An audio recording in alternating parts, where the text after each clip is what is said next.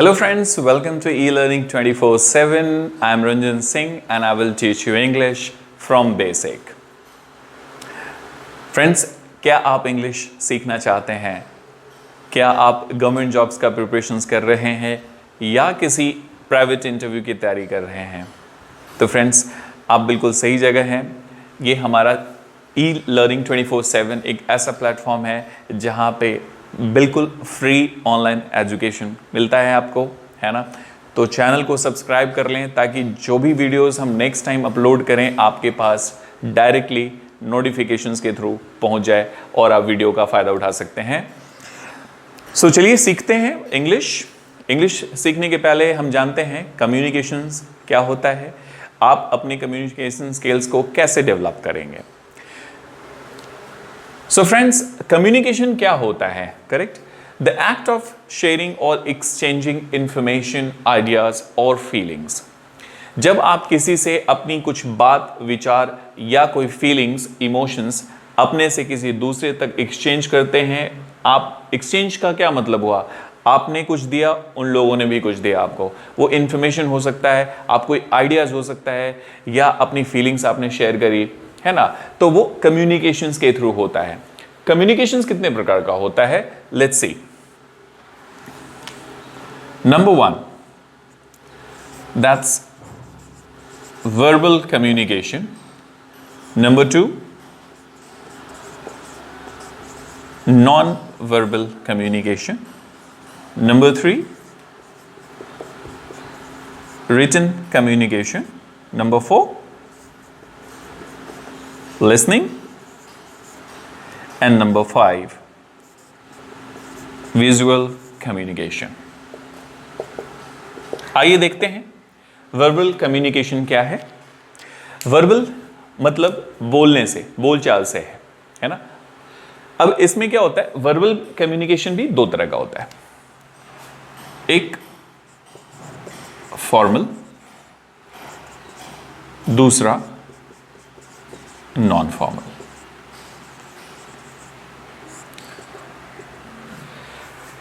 Formal communication क्या है? जो बातचीत आप ऑफिस में या बड़ों के सामने या बिजनेस में जो आप बातचीत करते हैं वो एक फॉर्मल बातचीत होता है। वो एक डिफरेंट एटिकेट्स के साथ, उसके कुछ रूल्स हैं, है ना। वो फॉर्मल दैट मीन्स कि डिसेंट वे में आप बात करते हैं। इनफॉर्मल कम्युनिकेशंस में क्या होता है? जो आप कैजुअल वे में बात करते हैं, अपने फ्रेंड से बात करते हैं, है ना, अपने घर में बातचीत करते हैं, वो कैजुअल वे में होता है। उसमें ज़्यादा आपको एटिकेट्स, मतलब एटिकेट्स का ज़्यादा ध्यान नहीं रखते हैं नॉन फॉर्मल कम्युनिकेशंस में। वर्बल कम्युनिकेशंस में क्या क्या चीज़ की ज़रूरत होती है? Verbal communication face to face होता है ना। आप किसी से बातचीत करते हैं, फ़ोन पे बात करते हैं, ये सारी चीज़ें वर्बल कम्युनिकेशंस के अंदर आता है। Let's see non verbal communications. Non verbal communications में क्या होगा? इसमें हम बातचीत नहीं करेंगे, मतलब हम बोलेंगे नहीं, लेकिन फिर भी हम अपनी आइडियाज़ को, अपनी बातें दूसरे वाले तक पहुंचाएंगे। वो कैसे होता है? वो होता है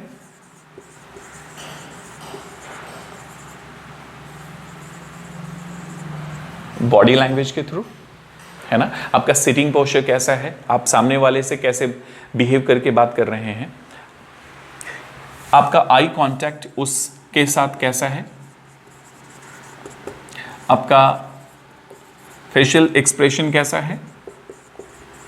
जब आप बात कर रहे होते हैं तो आपके फेस पे कैसा एक्सप्रेशन आता है ना। उससे भी बहुत सारी चीज़ें क्लियर हो जाती है, बंदा आपसे कन्विंस है नहीं, वो आपसे बात करने में इंटरेस्ट रखता है या नहीं, है ना। बॉडी लैंग्वेज हो गया, आई कांटेक्ट हो गया, फेशियल एक्सप्रेशन हो गया, या आप कहते हैं ना बॉडी पोस्चर बॉडी लैंग्वेज में ही आ गया है ना।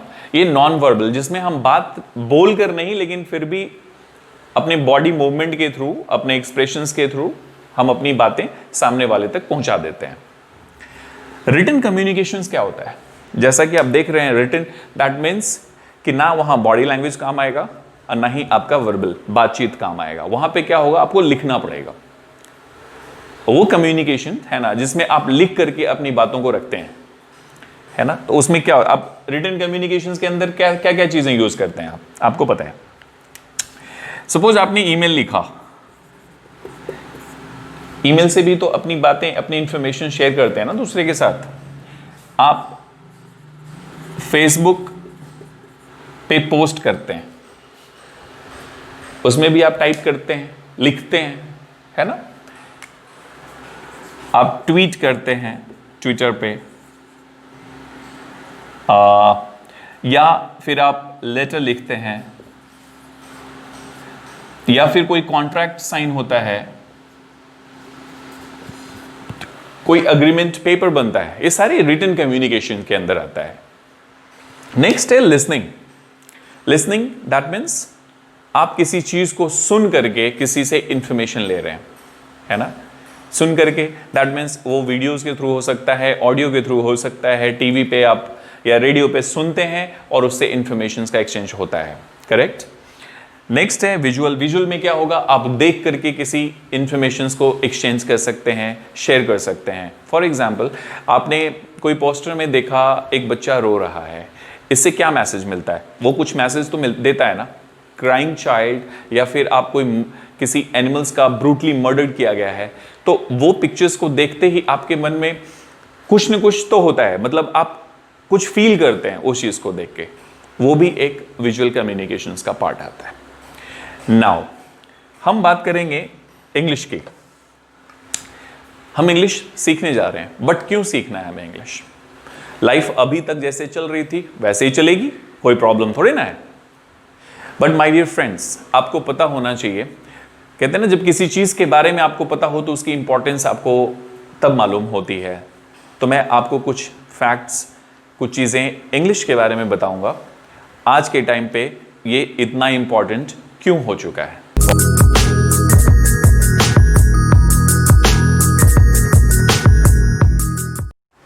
सो फ्रेंड्स, आइए जानते हैं इंपॉर्टेंस ऑफ इंग्लिश। इंग्लिश हमारे लिए क्यों इंपॉर्टेंट है ना। So first of all let me tell you, English is a global language.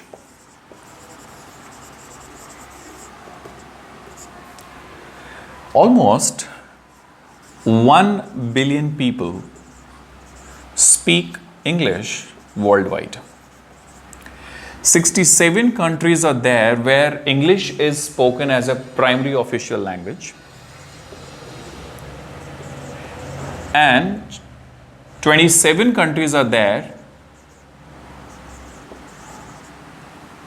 where English is spoken or English is being used as a second official language. So you can imagine 1 billion people, it's a really huge number, those who are using English nowadays, and that is the reason English has become a global language. Number 2, English gives you a better career opportunities.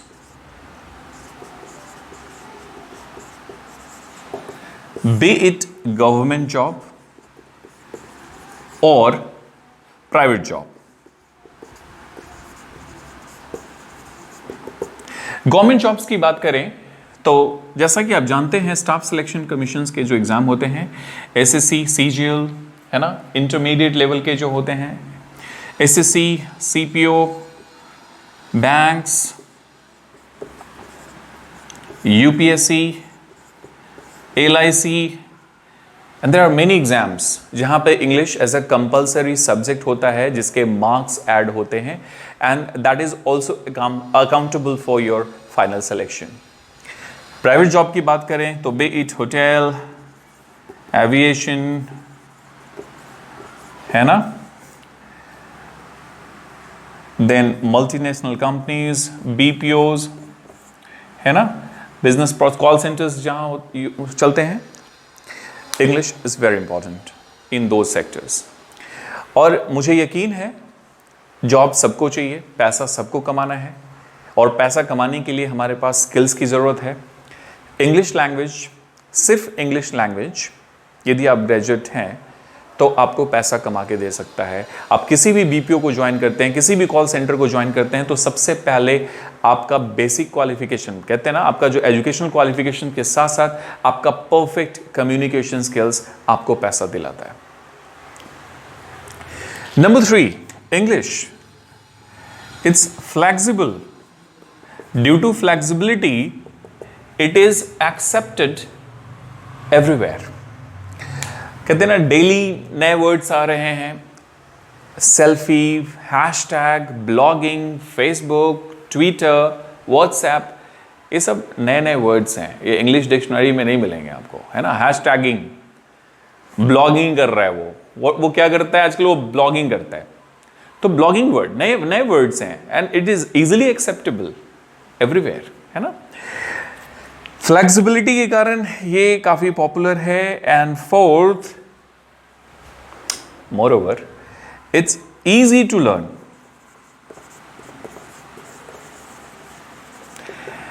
You will be really surprise to know कि English सीखना बहुत आसान है यदि आप थोड़ा सा ध्यान दे दें, थोड़ा सा डेडिकेशन दे दें, है ना, और ईमानदारी से मेहनत करें। इंग्लिश इजीली सीखेंगे। मैं इंग्लिश आपको सिखाऊंगा बेसिक से। मैं बता दूं, मैं एक इंग्लिश ग्रेजुएट हूं and I have been working in a multinational company for more than 7 years now. Due to कोविड-19 अभी हम घर पे हैं, वर्क फ्रॉम होम चल रहा है। जब भी मौका मिलता है आपके लिए हम वीडियोस अपलोड करेंगे, है ना। आपको यहाँ पे फ्री एजुकेशंस मिलेगा। आइए कुछ वर्ड्स देखते हैं। अभी चूंकि आज टुडे फर्स्ट क्लास है, डेमो क्लास है ना। मैं आपको ये नहीं कहूँगा कि मेरा चैनल आप सब्सक्राइब करें। आपको अच्छा लगे, कुछ भी इंफॉर्मेटिव लगे आपको, तो प्लीज़ आप तभी सब्सक्राइब करना। सब्सक्राइब करने के बाद अब बेल आइकन प्रेस करना ना भूलेंगे, है ना, क्योंकि जब भी नेक्स्ट वीडियो अपलोड होगा आपके पास जाएगा। So let's have a look. कुछ वर्ड्स सीखते हैं आज।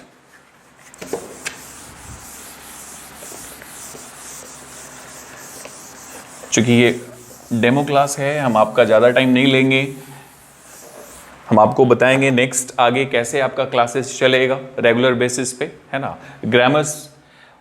ग्रामर्स वैसे पढ़ाएंगे जो आपके स्पोकन में भी काम आएगा, और यदि आप गवर्नमेंट जॉब का प्रिपरेशन कर रहे हैं तो वहाँ भी उस चीज़ को उसके एग्जाम्पल्स के साथ हम आप दोनों डील होगा एक साथ, ठीक है। जैसे एक छोटा सा वर्ड लेते हैं एग्जाम्पल के लिए। एक वर्ड है एबल, देन कैपेबल। ये दोनों सेम वर्ड है, सेम मीनिंग देता है। देखेंगे कैसे यूज होता है ये। एक होता है unable, then enable, then disabled, है ना। आइए सीखते हैं क्या है। एबल मतलब योग्य, सक्षम, और ये आपके स्किल्स के लिए यूज करेंगे, स्किल सेट के लिए। तो इसके साथ आप एबल टू लगाएंगे, ठीक है। एग्जाम्पल के लिए मैं कहूं कि मैं अंग्रेजी बोल सकता हूं, I am able to speak English. Subject B का मतलब यहां पे ऑक्सिलरी वर्ब से है, is, are, am, was, were, है ना। Subject plus B plus able to plus verb 1। अब मैं कह रहा हूं कि मैं अंग्रेजी बोल सकता हूं, तो लेट्स सी, आई के साथ एम आता है, तो आई एम, आप इसको बिठा दें एबल टू। क्या चीज करने में, बोलने में, स्पीक, क्या, इंग्लिश, है ना। ये सब्जेक्ट हो गया। B is are am, able to आपने यहां लगा दिया, स्पीक वर्ब 1 है, और क्या, इंग्लिश। यदि मैं सिर्फ यहां देखूं, I am able to speak मतलब मैं बोल सकता हूं, मैं बोलने लायक हूं, मैं बोलने में सक्षम हूं। इसका एबल टू मतलब कैन का सेंस देता है, कैपेबिलिटी है ना। So I am able to speak English is equal to I can speak English. I am able to drive a car, that means I can drive a car. ठीक है, देखिए capable कैसे use करेंगे। Capable के लिए यहां पे of लगाएंगे, आप कैपेबल ऑफ यूज करेंगे।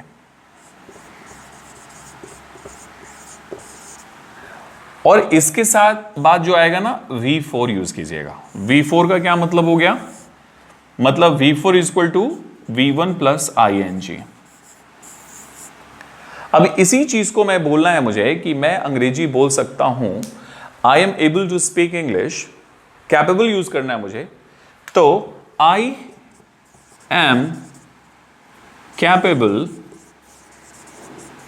ऑफ स्पीकिंग हो जाएगा। यहां पे स्पीक वर्ब 1 था, है ना, V1, यहां पे V4 है, मतलब वर्ब के साथ ING आएगा। आई am capable of speaking English, that gives the same sense. लेकिन आपके एरर डिटेक्शंस में, कॉमन एरर में यदि कैपेबल यूज किया है तो आप उसके साथ टू ना यूज करें, कैपेबल ऑफ डूइंग समथिंग, है ना, V4 लगेगा। मीनिंग सेम है। हम आगे बताएंगे, जब आपको बेसिक स्ट्रक्चर्स बताएंगे ना, उसमें हम आपको बताएंगे हाउ टू का इस्तेमाल कैसे करते हैं। जैसे I know how to speak English, I am able to speak English, I can speak English, I am capable of speaking English, ये सारे का सेंस सेम ही है। We will learn in details further. Unable का क्या मतलब हुआ, it's a negative one, negative word है। अनेबल मतलब नॉट एबल टू। मैं अंग्रेजी नहीं बोल सकता, मैं कार नहीं चला सकता, इसी को आप यहां पे बना सकते हैं I am unable to speak English, मतलब हो गया I am not able to speak English. ठीक है, अनेबल मतलब not able to. I hope आपको समझ आ रहा होगा क्लियरली। नेक्स्ट है इनेबल। इसको आप स्क्रीनशॉट ले लें, बाकी आप नोट कर सकते हैं। इसको मैं वाइप ऑफ करता हूं।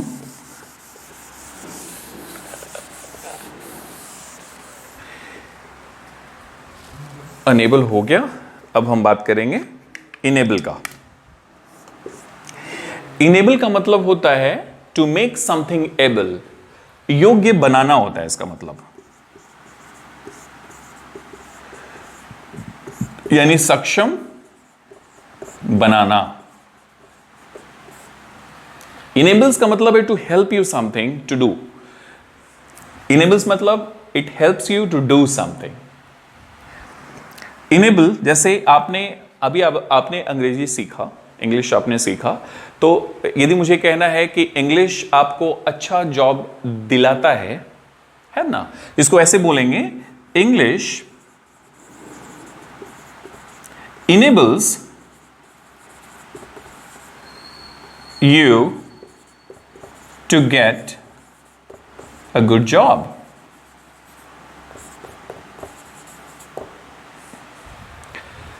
नेक्स्ट है डिसेबल्ड। डिसेबल्ड का मतलब होता है फिजिकली, इसका हिंदी होता है विकलांग, जो फिजिकली चैलेंज्ड हैं, but it's better to use, rather than disabled, kindly use differently abled. Differently abled meaning same है। आप किसी को विकलांग कहेंगे तो इट माइट हर्ट देम, तो उसके डिसेबल्ड की जगह आप डिफरेंटली एबल्ड यूज कर सकते हैं। वर्ड्स हैं ऐसे ही, आपको डेली बेसिस पे वर्ड्स मिलेंगे, आपको बेसिक स्ट्रक्चर्स दिया जाएगा, ग्रामर्स के टेंस, वॉइसेस, नरेशंस, वो सारी चीज़ें बताई जाएंगी, preposition, phrasal verbs, each and everything will be taught here. Basic से आपको सिखाएंगे, इसमें आपको कहीं कोई समस्या नहीं आने वाली है। कहीं कुछ दिक्कत है या कोई सजेशंस है, आप हमें कमेंट बॉक्स में दे सकते हैं। सो फ्रेंड्स, आज तक के लिए इतना ही। See you in the next video. Please, if you like the video, please subscribe.